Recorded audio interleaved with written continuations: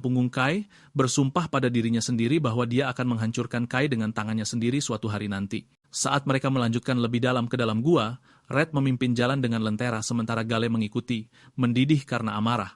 Red melirik kembali ke pasukannya dengan seringai, berpikir tidak buruk melihat dua jenius termotivasi oleh seorang pemula. Dia tersenyum, percaya bahwa segalanya akan menjadi lebih menarik. Dia dengan ceria mendesak kelompok itu untuk berusaha sedikit lebih keras, memberitahu mereka bahwa mereka hampir sampai, dan menyarankan agar mereka cepat selesai untuk mengadakan pesta.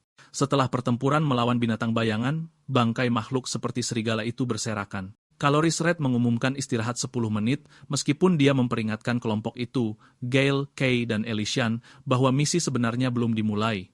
Gale menghela napas, mengeluh bahwa dia telah menghabiskan banyak energi warnanya. Dia mengeluarkan sebotol kecil cairan hijau bercahaya. Saat Gale meminumnya, Kai mengenalinya sebagai tinta pribadi. Ini adalah tinta alkimia yang disempurnakan secara khusus, persediaan penting namun langka bagi para perintis yang memulihkan warna mereka. Karena harus dibuat agar sesuai dengan warna unik pengguna, harganya sangat mahal. Kaye memperhatikan dengan iri saat Gail dan Ellie meminum tinta khusus mereka, berharap dia punya dana untuk kemewahan seperti itu. Kaye dengan cepat menepis pikiran itu, berjalan menjauh dari kelompok. Dia mengulurkan tangannya ke arah mayat makhluk bayangan yang telah dikalahkan. Pusaran energi gelap yang besar meletus dari tubuhnya saat Ka mengaktifkan kemampuannya, menyerap bayangan itu langsung ke tangannya. Energi hitam mengalir ke dalam dirinya. Kai mengepalkan tinjunya, energinya pulih sepenuhnya, dan mengumumkan pemulihannya telah selesai. Dia berbalik ke arah rekan satu timnya yang menatap dengan ngeri dan tidak percaya. Ellie dengan ragu bertanya apakah dia yakin baik-baik saja. Kay menepis kekhawatiran mereka, menjelaskan bahwa dia telah melakukan ini beberapa kali. Gale berteriak tak percaya bahwa Kay baru saja menyerap monster tanpa gentar. Sebelum mereka dapat melanjutkan, Red menyela, menyatakan istirahat telah berakhir. Kelompok itu berjalan lebih dalam ke ngarai, sampai Red mengumumkan bahwa mereka telah tiba. Tim melihat kubah besar energi hitam murni yang berputar-putar menghalangi jalan mereka. Ka menatap, bergumam bahwa itu terlihat seperti tirai hitam. Red tersenyum pada ekspresi terkejut Ka dan mengungkapkan bahwa penghalang gelap ini adalah alasan spesifik dia membawa Ka. Untuk mendemonstrasikan, Red memanggil bola energi merah dan melepaskan sinar kuat ke kubah hitam itu. Serangan itu mengenai permukaan, tetapi bukannya menembus, energinya langsung ditelan oleh kegelapan. Red menjelaskan bahwa jika ada yang mencoba membuka paksa penghalang itu, ia akan menyerap kekuatan dan menjadi lebih kuat. Dia mencatat bahwa ini sangat mirip dengan kemampuan Ka sendiri, itulah sebabnya dia punya firasat bahwa Ka akan menjadi satu-satunya yang mampu menghapusnya. Red menunjuk ke arah dinding gelap, mengungkapkan bahwa jalan menuju reruntuhan ada di dalamnya. Dia mengumumkan bahwa di dalam reruntuhan itu tersembunyi tujuan mereka yang sebenarnya, fragmen Stella. Mata Kai terbelalak kaget, anggota baru lainnya bingung. Gail bertanya apa itu Stella, dan Ellie mengakui dia belum pernah mendengarnya. Red meyakinkan mereka bahwa itu ada, dan kota cemerlang sangat ingin menemukannya. Dia menunjuk jari ke Kay, memerintahkannya untuk menyingkirkan tirai itu. Kay melangkah maju menuju dinding kegelapan yang menjulang tinggi. Saat dia menyentuhnya, kemampuan penyerapannya aktif, dan energi hitam penghalang itu mulai mengalir deras ke tangannya. Pusaran besar terbentuk saat kubah raksasa itu disalurkan ke dalam Kay. Red, Gale, dan Ellie menyaksikan saat rintangan itu dilahap. Red menonton dengan seringai takjub, senang teorinya benar.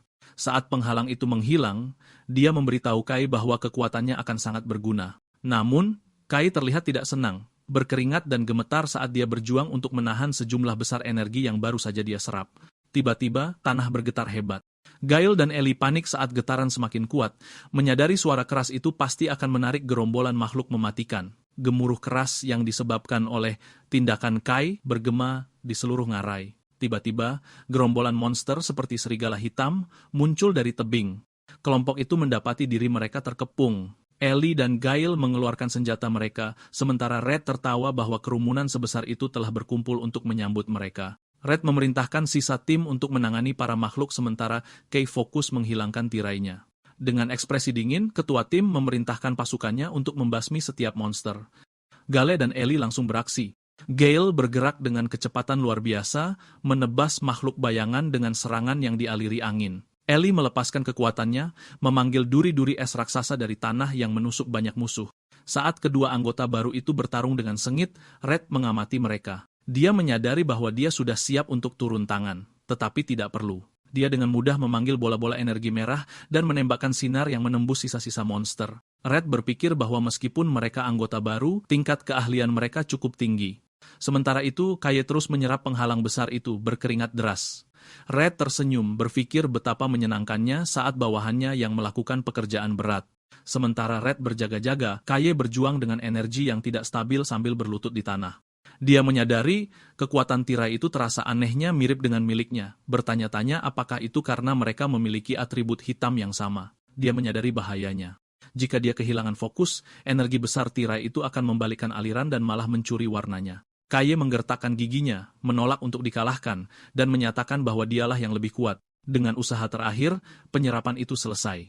Dia berdiri di tepi jalan terengah-engah, dan memastikan dia telah menyerap semuanya.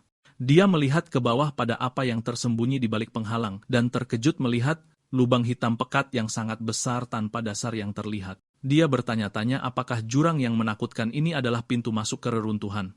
Setelah menyelesaikan tugasnya, dia berbalik dan memanggil ketua tim, melaporkan bahwa tirai telah berhasil dihilangkan.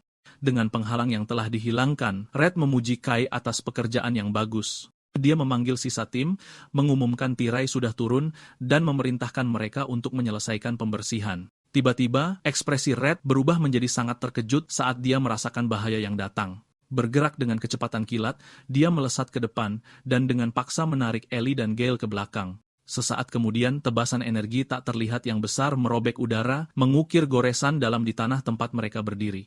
Serangan itu sangat dahsyat, mencabik-cabik sisa monster bayangan. Puing-puing berjatuhan saat Red, Ellie, dan Gale mendarat dengan selamat di lereng yang lebih tinggi. Gale menatap dengan ngeri, menyadari dia akan terbunuh seketika tanpa campur tangan Red. Red tampak muram, mendesah bahwa kurangnya perlawanan sebelumnya adalah karena ada sesuatu yang lain yang menakuti para monster. Dia teringat sebuah laporan bahwa entitas berbahaya sedang mengintai di dekatnya. Di antara debu, sebuah siluet muncul, berjalan ke arah mereka, menyeret pedang besar.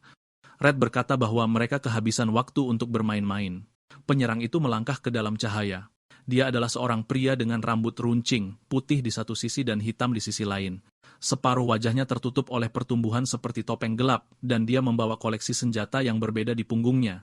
Orang asing itu menatap para perintis dengan aura yang menakutkan. Red berdiri di antara timnya, dan ancaman baru, memerintahkan Kay dan yang lainnya untuk mendengarkan baik-baik. Red dengan tergesa-gesa menyodorkan sebuah lentera ke tangan Kay, memberinya perintah panik. Dia memberitahu Kai dan yang lainnya bahwa mereka harus segera memasuki reruntuhan dan menemukan fragmen stela. Kai menatap ketua tim dengan mata cemas yang terbelalak. Dia bertanya apakah Red berharap mereka turun ke sana sendirian. Red meyakinkannya bahwa dengan kemampuan mereka, mereka lebih dari mampu. Namun, Red tidak menunggu mereka setuju. Dengan ledakan kekuatan yang tiba-tiba, dia mendorong Kay, Ellie, dan Gale ke arah jurang yang gelap, meneriaki mereka untuk berhenti merengek dan pergi saja. Kai meneriakkan nama ketua tim, dengan panik saat ketiga anggota baru itu jatuh ke dalam lubang yang dalam. Ditinggal sendirian, Red berdiri membelakangi jurang, aura merahnya bersinar, suara salah satu anggota baru bergema dari kedalaman, menanyakan apa yang harus mereka lakukan sendiri, sementara siluet mengancam dari orang asing bersenjata itu menjulang di belakang Red. Kedua sosok kuat itu saling bertatapan dalam kebuntuan yang tegang, dan Red tahu pertempuran sulit akan segera dimulai. Adegan beralih ke dasar jurang yang hitam pekat. Kai terbaring tak bergerak setelah jatuh dari ketinggian. Dia mengerang kesakitan, memegangi kepalanya saat dia berjuang untuk berdiri di kegelapan yang menyesakkan. Mengingat lentera yang diberikan Red, dia mengaktifkannya, bertanya-tanya apakah dia berada di dalam reruntuhan. Cahaya itu menyala, menerangi area tersebut. Ekspresi Kaye langsung berubah menjadi sangat ketakutan. Dia berdiri membeku karena terkejut, bertanya pada dirinya sendiri tempat apa ini. Bukannya reruntuhan batu kuno, lentera itu menerangi sisa-sisa kerangka gedung pencakar langit modern yang besar dan puing-puing beton yang tampak persis seperti kota modern yang hancur dan terkubur di bawah tanah. Kay berdiri di tepian menggunakan lenteranya untuk menerangi kegelapan. Dia tidak bisa berkata-kata melihat struktur kota hancur yang besar terkubur di bawah tanah. Dia takjub tempat seperti itu bisa ada, tetapi mengeluh dia tidak bisa melihat dengan jelas. Tiba-tiba sebuah suara menyuruhnya berhenti mengeluh dan menuju ke arah cahaya. Kai lega melihat rekan satu timnya, Gale dan Ellie, mengakui bahwa dia takut terpisah. Gale menyalahkan Kai karena membuat mereka tersesat, tetapi Ellie dengan tajam membalas bahwa Gale juga sama tersesatnya. Melihat kota hancur yang luas, Gale bertanya-tanya tempat apa ini. Dia menjadi cemas, menunjukkan betapa absurdnya mencoba menemukan fragmen stela di reruntuhan tak berujung ini, ketika mereka bahkan tidak tahu seperti apa bentuknya. Kaye setuju, mengakui bahwa mencari secara buta akan memakan waktu selamanya. Dalam benaknya, Kaye berharap rekannya, Nero, ada di sana. Seolah-olah menjawab, sesosok bentuk bercahaya muncul, dan dia terkejut melihat kucing hitam kecil, Nero, di kakinya. Kaye panik, bertanya-tanya bagaimana kucing itu mengikuti mereka. Ellie memperhatikan hewan itu dan bertanya apakah itu makhluk.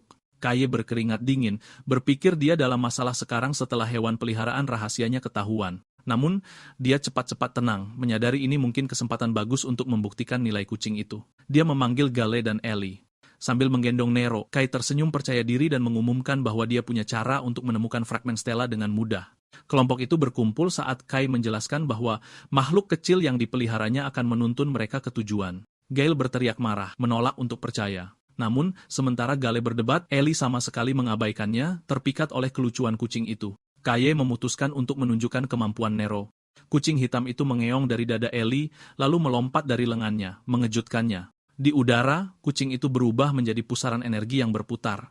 Sebuah cahaya yang menyilaukan meletus, menerangi reruntuhan yang gelap dan membuat kelompok itu terkejut.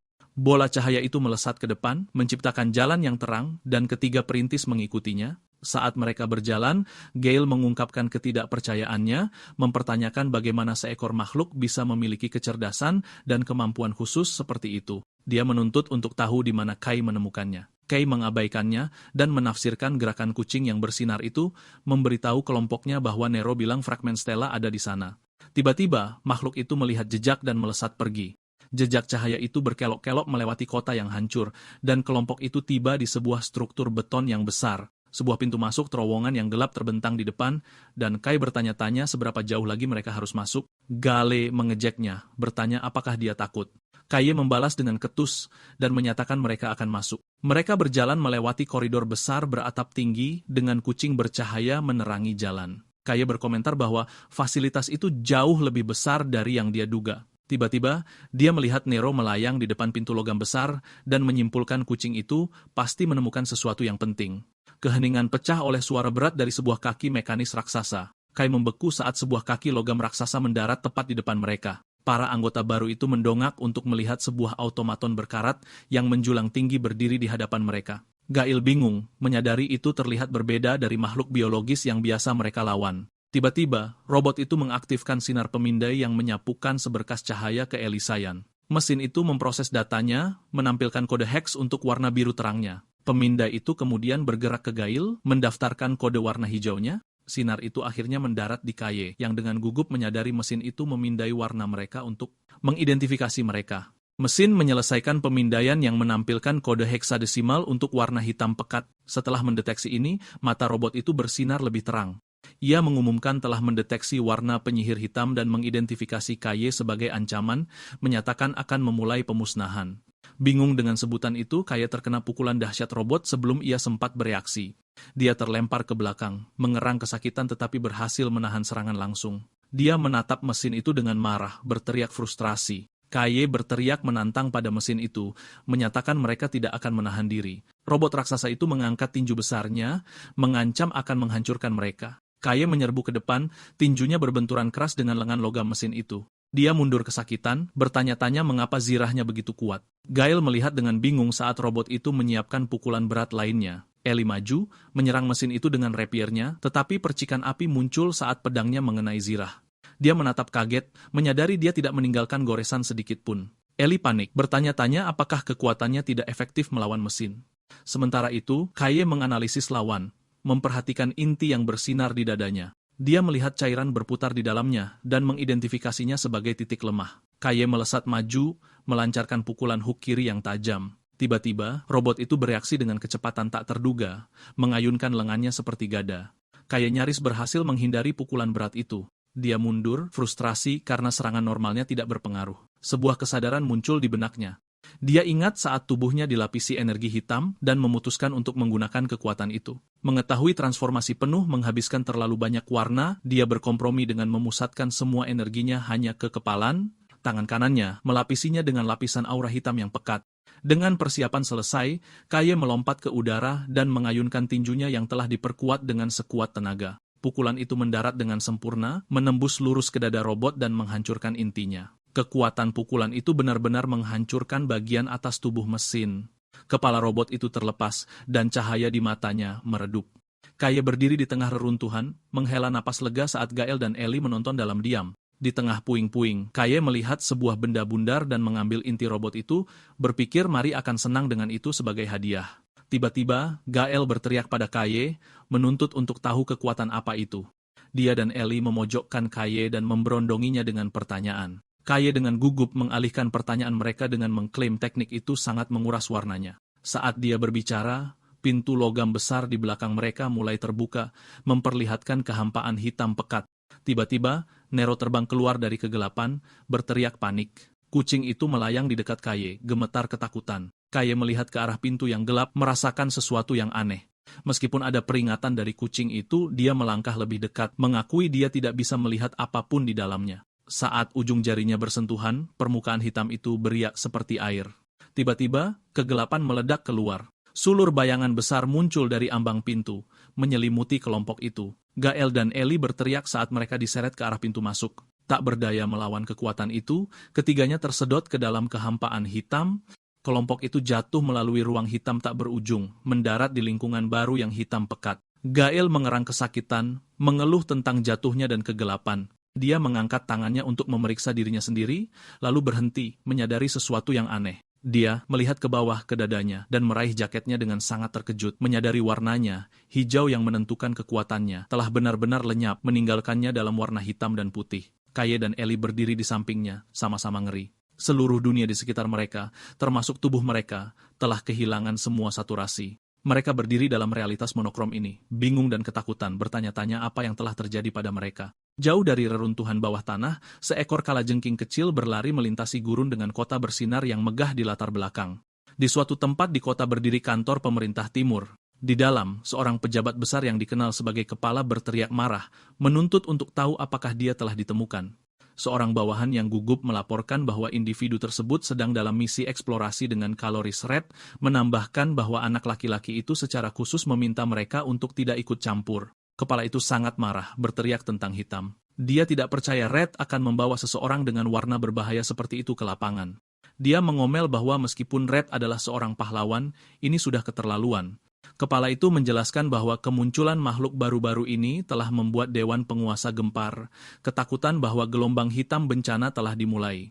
Dia mengeluh bahwa dialah yang akan disalahkan. Saat dia berbicara, seorang wanita muda, dengan rambut merah muda dan kuning tersenyum menggoda, mencatat bahwa kepala itu sangat marah lagi. Wanita itu, Camelia, pemimpin Dawn Pioneering Corps, menasihati kepala itu untuk tenang sebelum dia berakhir di rumah sakit.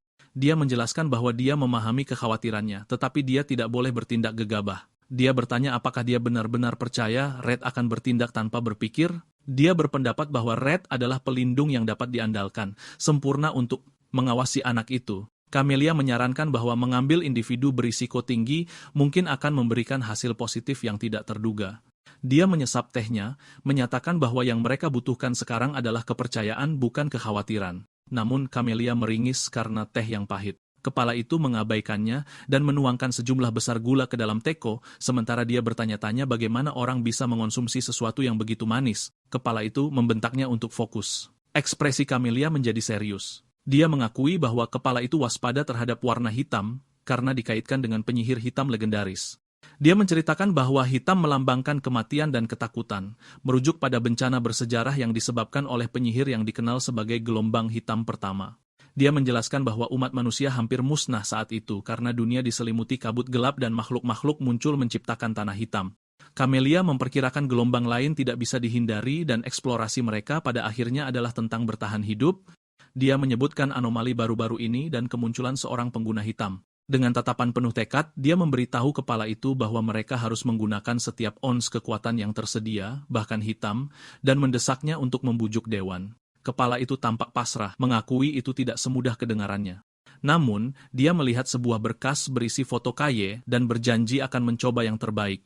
Menatap gambar itu, kepala itu merenung bahwa mungkin nasib kota ini mungkin berputar di sekitar satu anak ini. Sementara itu, Ketiga perintis berdiri di kehampaan hitam pekat yang tak berujung, tubuh mereka bersinar sebagai garis luar putih. Mereka bingung di mana mereka berada. Gael menoleh ke Kaye dengan panik, menunjuk dan berteriak bahwa warna mereka telah hilang, menuntut untuk tahu mengapa Kaye masih memilikinya. Kaye dengan bosan menjawab dia tidak tahu, menyarankan mungkin karena warnanya hitam, cocok dengan kegelapan. Tiba-tiba, Gael membungkuk, kelelahan, dan Ellie memegangi kepalanya, merasa lemah. Kaye menonton, bingung, bertanya-tanya mengapa dia baik-baik saja. Dia menyadari mungkin karena dia menghabiskan hidupnya sebagai orang tanpa warna, jadi ini bukan hal baru. Gael menyebutkan sensasi aneh di dalam tubuhnya. Dia menyipitkan mata dan melihat cahaya redup berdenyut di dalam dirinya seperti inti. Tiba-tiba, suara bisikan menyeramkan menghujani mereka. Mereka melihat sekeliling dengan waspada. Ketakutan. Gael berteriak ke dalam kegelapan, menuntut siapapun yang berbisik untuk menunjukkan diri. Kaye mendengarkan, bertanya-tanya apakah itu suara yang sama yang biasanya berbicara dengannya, tetapi menyadari itu adalah sesuatu yang berbeda. Saat itu, siluet hantu gelap seorang wanita berambut panjang muncul dari bayang-bayang. Kaye merasakan kehadiran itu dan berbalik dengan tajam. Gael dan Ellie membeku kaget, tergagap ketakutan, tidak dapat mengidentifikasi apakah wujud hantu itu adalah makhluk. Mereka ketakutan karena itu muncul seketika tanpa peringatan. Sosok bayangan misterius itu mengangkat tangan dan menunjuk jari ke dada Kaye. Kaye membeku, matanya membelalak saat menyadari dia sedang ditargetkan.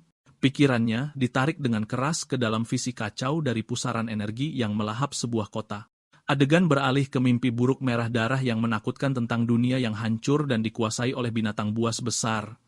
Sebuah mata raksasa terbuka di langit di atas gerombolan makhluk bayangan, sementara seekor monster mengerikan, bermata banyak menatap tajam dari kerumunan. Penglihatan itu beralih ke wajah wanita misterius berambut panjang yang menatapnya dengan satu mata bercahaya. Kaye mendapati dirinya berdiri di hadapan energi biru yang sangat besar dan luar biasa, tidak yakin apakah yang dilihatnya adalah kenangan atau kenyataan. Kebingungannya semakin dalam dan dia mempertanyakan identitasnya sendiri. Jauh di alam bawah sadarnya, sebuah suara dari cahaya terang menyatakan bahwa dia membutuhkan sebuah nama. Sosok tersenyum yang kabur dari masa lalunya, memberinya nama K, mendorongnya untuk menemukan cahaya dan warnanya sendiri. Penglihatan itu berakhir tiba-tiba, dan Kay tersentak kembali ke masa kini dengan napas terengah-engah. Dia tampak ketakutan, berkeringat saat guncangan dari ingatan itu menghantamnya. Dia tersandung di kehampaan, memegangi kepalanya dan terengah-engah, mengutuk mengapa adegan tidak menyenangkan seperti itu memaksa masuk ke dalam pikirannya. Kay memegangi kepalanya, mencoba memproses penglihatan yang kacau itu. Dia dengan panik mencoba berpegang pada ingatan yang memudar, mengatakan pada dirinya sendiri pasti ada jawabannya. Tiba-tiba, nama Rumiel muncul dari benaknya. Dia bingung, bertanya-tanya siapa itu. Pikirannya terganggu oleh Gael yang telah kehilangan ketenangannya. Pendekar pedang itu berteriak ke dalam kegelapan, menantang musuh tak terlihat dan mengayunkan pedangnya dengan liar, berhalusinasi tentang sebuah pertempuran. Kai berbalik untuk melihat Gael mengayunkan senjatanya sangat dekat dengan Ellie Kayan yang meringkuk ketakutan. Gael berteriak, benar-benar terlepas dari kenyataan. Ellie gemetar, memohonnya untuk berhenti. Mengabaikan permohonannya, Gael melanjutkan amukannya, berteriak agar semua orang mati. Matanya menghitam dan berdarah, menunjukkan kehampaan telah membuatnya gila. Sementara itu, Ellie Kayan terjebak dalam mimpi buruknya sendiri. Air mata cairan hitam mengalir di wajahnya saat dia memegangi kepalanya, meminta maaf kepada saudara perempuannya, menghidupkan kembali kenangan traumatis. Kaye memperhatikan dengan cemas, menyadari kondisi rekan-rekan setimnya memburuk. Dia mengerti bahwa makhluk dan ruang ini merusak mereka dan memutuskan mereka harus segera melarikan diri. Tiba-tiba suara QU yang familiar bergema. Kay mendongak untuk melihat bentuk putih bercahaya terbang ke arahnya. Dia tersenyum lega, menyadari Nero aman. Dia menyapa kucing itu, menanyakan apakah dia baik-baik saja. Nero terbang dengan panik, menunjuk ke kejauhan. K mengerti Nero memberitahunya ada sesuatu di sana. Kucing itu terbang, meninggalkan jejak cahaya. K memutuskan untuk mengikuti jalan itu. Namun, K berhenti dan melihat kembali ke rekan-rekan setimnya. Gael masih mengayunkan pedangnya dengan kasar di atas Ellie yang trauma. Kai sadar dia tidak bisa begitu saja meninggalkan mereka.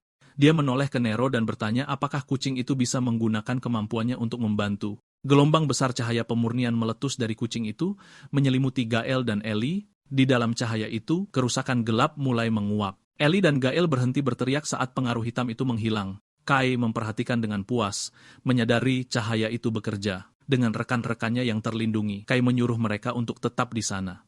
Dia berbalik, bertekad untuk menjelajahi jalan di depan sendirian. Kai berjalan melewati kehampaan yang gelap, gulita mengikuti jejak cahaya Nero. Dia menjadi frustrasi, mengeluh bahwa masih tidak ada yang bisa dilihat. Saat dia menoleh, suara bisikan yang meresahkan kembali terdengar. Sebuah suara misterius bergema, memberitahunya bahwa tidak ada warna yang bisa menyentuhmu. Kai tampak kesal, berpikir bahwa mendengar teka-teki saja sangat menyebalkan. Tiba-tiba, cahaya terang seperti bintang bersinar di kejauhan. Ekspresi Kai berubah menjadi gembira, dan dia mulai berlari ke arah cahaya itu. Saat dia semakin dekat, wajahnya bersinar dengan takjub. Dia berdiri di hadapan sebuah struktur bercahaya besar berbentuk bintang berujung 4 di atas monolit batu. Menyadari dia telah menemukan tujuannya, Kai mengidentifikasi objek itu sebagai fragmen stela yang memancarkan cahaya suci yang kuat. Dia memperhatikan bahwa cahaya dan bentuknya berbeda dari yang pernah dilihatnya, bertanya-tanya apakah setiap fragmen itu unik. Memutuskan untuk tidak membuang waktu, dia memanjat gundukan berbatu untuk mengambil benda itu dan melarikan diri dari dimensi yang tidak menyenangkan ini. Dia mengulurkan tangannya ke arah inti yang bercahaya. Cahaya itu berputar dengan hebat. Tiba-tiba, gelombang energi besar mengalir dari fragmen ke tangannya saat kemampuan penyerapannya terpicu secara otomatis. Kai terkejut, tubuhnya bersinar dengan energi yang diserap. Dia panik, bertanya-tanya mengapa kemampuannya aktif dengan sendirinya lagi. Dia berharap karena itu hanya sesaat, itu tidak akan menjadi masalah. Pengaruh gelap yang menjebak kelompok itu mulai memudar. Mendongak, lega, saat suasana yang menekan menghilang. Kehampaan yang gelap gulita lenyap, memperlihatkan bahwa mereka berada di sebuah ruangan batu abu-abu yang besar. Ka berdiri sendirian di tengah, melihat energi bercahaya di tangannya, memastikan ruang hitam itu telah hilang. Dia merenungkan sifat tanah hitam, mencatat bahwa wilayah berbahaya ini selalu penuh kejutan. Gael dan Eli Kayan sadar kembali dan menatap Kai dengan tak percaya. Kai bertanya apakah mereka baik-baik saja, tetapi Gael menunjuknya dengan jari menuduh, sementara Eli bertanya dengan kaget bagaimana dia bisa tetap baik-baik saja. Kai menjawab dia tidak tahu. Dia mengalihkan perhatian mereka ke benda bercahaya di tangannya, mengumumkan bahwa mereka telah menemukan target mereka. Mereka mengidentifikasi objek yang berputar dengan cahaya pelangi itu sebagai fragmen stela. Tim berkumpul untuk memeriksanya. Gael skeptis bahwa benda sekecil itu adalah yang dibicarakan oleh ketua tim Red. Eli takjub bahwa sesuatu yang begitu kecil bisa membawa begitu banyak warna. Di samping mereka, Nero melayang, menatap tajam ke bola bercahaya itu. K memastikan tidak ada efek negatif pada tubuhnya. Namun, Nero melayang mendekat, matanya terpaku pada energi yang berkilauan itu. Tiba-tiba, kucing itu membuka mulutnya lebar-lebar, membayangi artefak itu. Sebelum ada yang bisa bereaksi, Nero menelan seluruh fragmen stela. Wajah Kai berubah menjadi ngeri dan kaget. Gael dan Eli sama-sama ketakutan, berteriak pada kucing itu dengan panik, menuntut untuk tahu apa yang dilakukannya. Gael berteriak pada kucing yang melayang itu, memarahi Nero dan memberitahunya bahwa fragmen itu bukan makanan. Kehilangan kesabarannya, Gael menangkap dan mengguncangnya dengan kasar, berteriak pada Nero untuk memuntahkannya. Kai dengan panik mencoba menghentikannya, berteriak pada Gael untuk melepaskan kucing itu. Tiba-tiba, retakan keras menyebar di dinding dan langit-langit. Gael mengeluh bahwa setelah semua usaha mereka, beginilah akhirnya. Seluruh struktur mulai runtuh saat ketiga perintis itu berdiri di tengah. Menyadari bahayanya, Gael berteriak agar semua orang lari. Kai, sambil memeluk Nero, berlari bersama Eli Kayan dan Gael saat ruangan di belakang mereka runtuh. Mereka berlari mati-matian menuju pintu keluar, nyaris lolos ke lorong. Adegan beralih ke lokasi yang berbeda. Sekelompok perintis berdiri di depan monster mati yang besar. Arancia, wanita berambut oranye, memeriksa bekas tebasan yang dalam di tanah. Dia berlutut untuk memeriksa jejak itu, tampak khawatir. Seorang pria berambut biru bertanya apakah dia menemukan sesuatu. Arancia memastikan dengan ekspresi muram bahwa bajingan gila perang itu telah kembali. Dia menjelaskan jejak itu milik makhluk humanoid yang dikenal sebagai iblis pedang, salah satu tangan hitam penyihir. Dia berkata, setiap kali dia muncul, dia menyebabkan masalah dan bertanya-tanya apakah lonjakan aktivitas monster baru-baru ini terkait dengan kemunculannya. Pria berambut biru itu bertanya apakah mereka harus melanjutkan, tetapi Arancia memutuskan untuk membatalkan misi. Dia menyatakan mereka telah mengamankan sumber daya yang cukup dan menolak untuk membahayakan para peserta masa percobaan di bawah perawatannya.